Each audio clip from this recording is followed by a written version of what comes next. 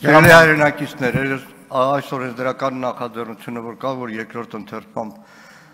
քննարկվելու է, վերաբերում է գրեթե բոլոր մեր քաղաքացիներին, որովհետև ամեն մեկը իր առօրյա կյանքում տեղեկանում է, որ 25-օրյա վարժական հավաքներին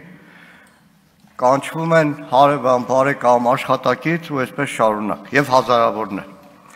Իհարկե ելույթումս բոլոր անհանգստությունները բխում են մեր երկրի ազգային անվտանգության, պաշտպանունակության մտահոգությունների եւ լիովին անկեղծ են, որտեղ մեր անվտանգությանը եթե վտանգ սպառնա, տարբերություն չկա Գեգամ Մանուկյանին, թե Քոչարյան Անդրանիկին, Արթուր Խաչատրյանին, թե Հայկ Կոնջարյանին։ Արդեն 2 տարի է, 2-3 տարի է 25-օրյա վարժական հավաքների հետ կապված կառավարությունը բազմաթիվ փոփոխություններով հանդես է գալիս։ Բայց որ հետևում ենք այդ փոփոխություններին, բոլորը խստացումներ են, բոլորը հստակեցումներ են, որտեղ քաջ գիտակցում ենք, որ 25-օրյա վարժական հավաքների հետ կապված կան մեծագույն խնդիրներ։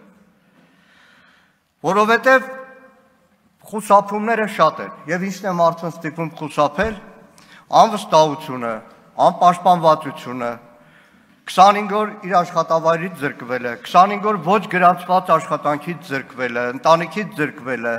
եւ բազմաթիվ այն խնդիրները, որը 25-օրյա վարժական հավաքներից վերադարձողները պատմում են իրենց ընկերներին, հարևաններին, աշխատակիցներին, ինչպես առօրյա կյանքում բոլորս ականատես ենք, որտեղ 25-օրյա վարժական հավաքները ոչ թե վարժական հավաքներ են, ինչպես ձևակերպված է օրենքը, այսպես սիրուն վարժական հավաք, այլ 10 օր հետո 15 օր մարտական հերթապահության հավաքներ են, որովհետև վարժական հավաքները Հայաստանում ի սկզբանե նաև աղճատվեցին, որտեղ վարժական հավաքների անվան տակ քաղաքական նպատակներով տասնյակներով մարդիկ զորակոչվեցին Անդրանիկ Քոչարյանի կոչով, հիշում եք հայտնի դեպքերը, որովհետև խնդրեմ կա, որտեղ գյուղից վարժական հավաքների շատ ավելի պարտաճանաչ են գնում, քան Երևանի։ Եվ անկեղծ լինենք, լավորի չի, որ այս վարժական հավաքները կան, դրա համար միշտ քննարկումների սրտացավ մասնակցում ենք, որտեղ հասկանում ենք, որ մարտական հերթապահության խնդրեմ կա, որտեղ հասկանում ենք, որ մարտական հերթապահության առաջվա 15 օրվա փոխարեն այսօր 2-3 ամիս զինվորը կանգնում է մարտական հենակետում, որ ինքնին բազմաթիվ խնդիրներ են, եւ թող չհոխորտան, որ պայմանագրային զինծառայողներով մեր զինված ուժերը լցված են, ոչ, վարժական հավաքները բացը լրացնելու համար է։ Վաղը եթե թիվը չհերիքեց մարտական հերթապահության, ավելի շատ մարդ են տանելու վարժական հավաքների, բայց այդ բոլոր խնդիրները չլուծած, տեսեք, տաքսիստը, որը գնում է վարժական հավաքի է ստանում է այդ 180,000 դրամը, չէ որ իր ստացած այդ շահույթից շատ ավելի քիչ է, օրերս ականատեսը մի ուրիշ բանի,